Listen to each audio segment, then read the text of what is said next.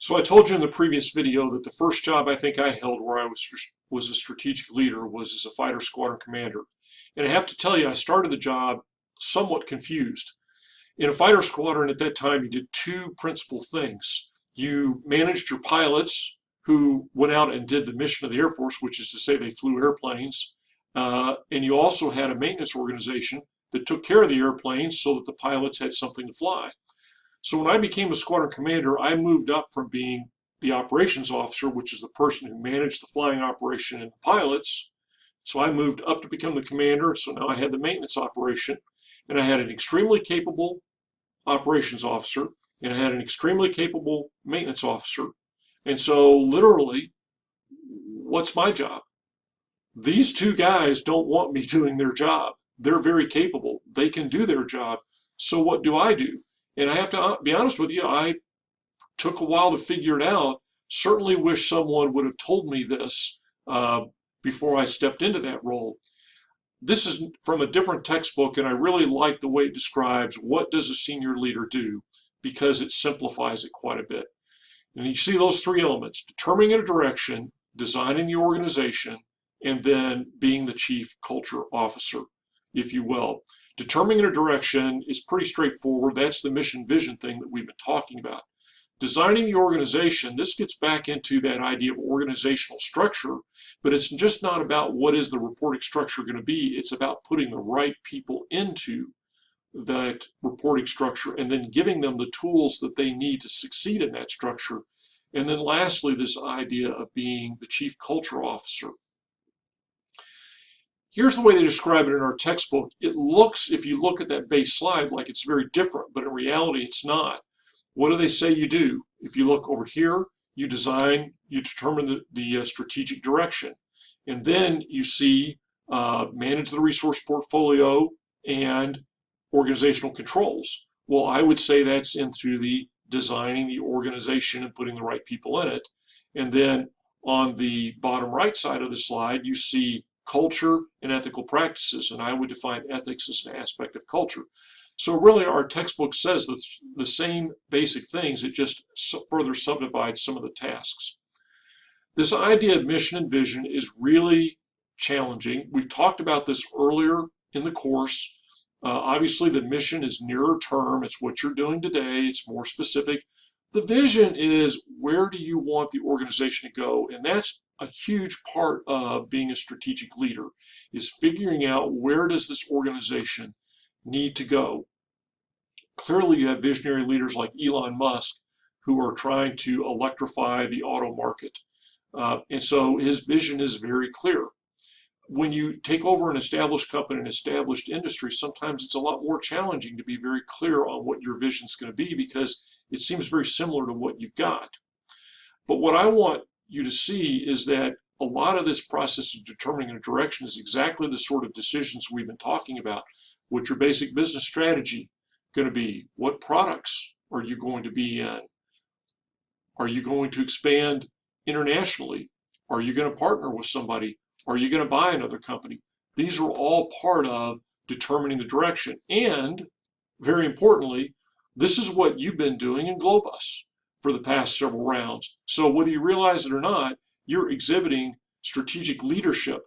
What's different about your strategic leadership is you have a very small group who's making all the decisions.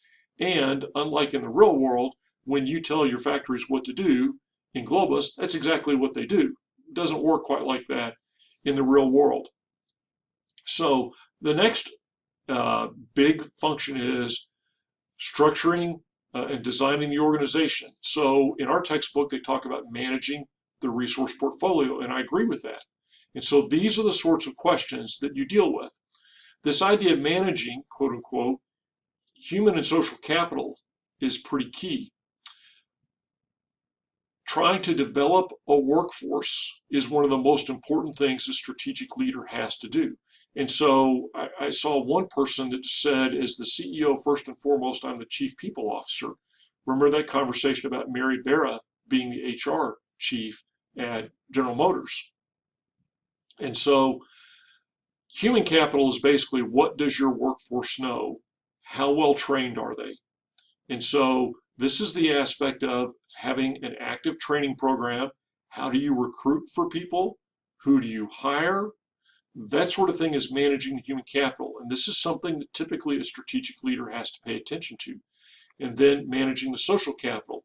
If human capital is what they know, the easiest way to explain social capital is who they know. The tricky thing about social capital is it is expensive to develop. So let's get into that question down below. Can a firm ever have too much human and social capital? The reflexive answer is you will say, no, of course not. In reality, the answer is yes. Let's imagine that I was opening a new fast food restaurant in town. And I said, hey, class, you've been awesome. I want to hire every single one of you. Well, you know what? You're not going to want to go to work for me at the wages people typically pay in fast food restaurants. And so even though I have great human capital, you're all brilliant, you're all smart about business, I can't afford you. I can't make that business model work. So it's not always a matter of more is better. For example, how do you develop human capital? I'm sorry, how do you develop social capital in your company? Well, you do things like you reassign people and you move them around in the company. What does that do? They get to know other people in the company. What's the cost of that? Well, it costs money to move them around, particularly if you're geographically relocating them. But if you're putting them into a place where they don't know people, it takes time to adjust, and so they're less effective. Likewise, if you're moving them between job functions, which is another great way to develop both human and social capital, you lose their effectiveness for a while. If you send them off to a school, again, you lose the effectiveness while they're out doing those sorts of things. But I'll give you a great example of what social capital can do. Without getting into the details, in one of my last jobs in the Air Force, again, one of the most important things I do is be the chief people officer. I was working reassignments for some of my officers because in the military, you move all the time. And I was given a range of various assignments I could move this one officer to, and he's a really sharp guy, and I wanted him to go to a good job. And frankly, what they were offering me was not very good. And so I spoke to the central assignments place, and they said, well, he was kind of put on this track. I'm like, well, that's too low a track. He should be on this track.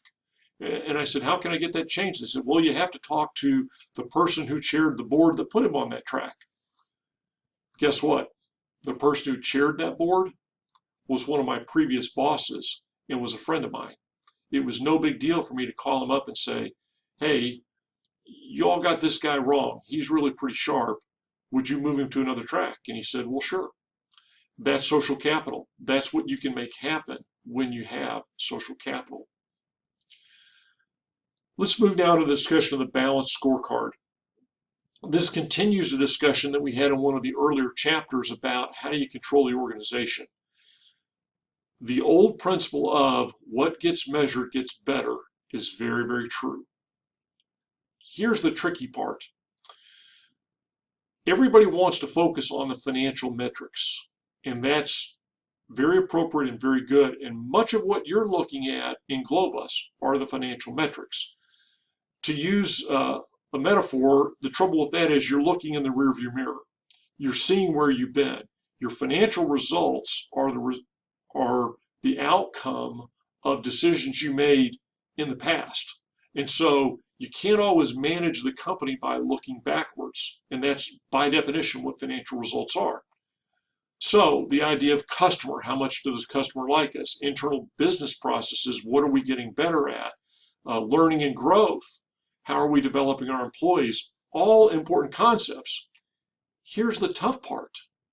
It's really hard to come up with good metrics for those. For example, well, we'll just poll the customers and see how they feel about us. Great idea. Guess what? Most companies on customer satisfaction scores rank very highly. Obviously not cell phone companies and not all airlines, but in most industries they rank pretty highly. And so what did I learn from that? I'll give you a great example of internal business processes. Companies say, well, how many new patents did we file this year? Okay. The question is, did those patents really generate any value for the company? Learning and growth. How many people did we send to school this year?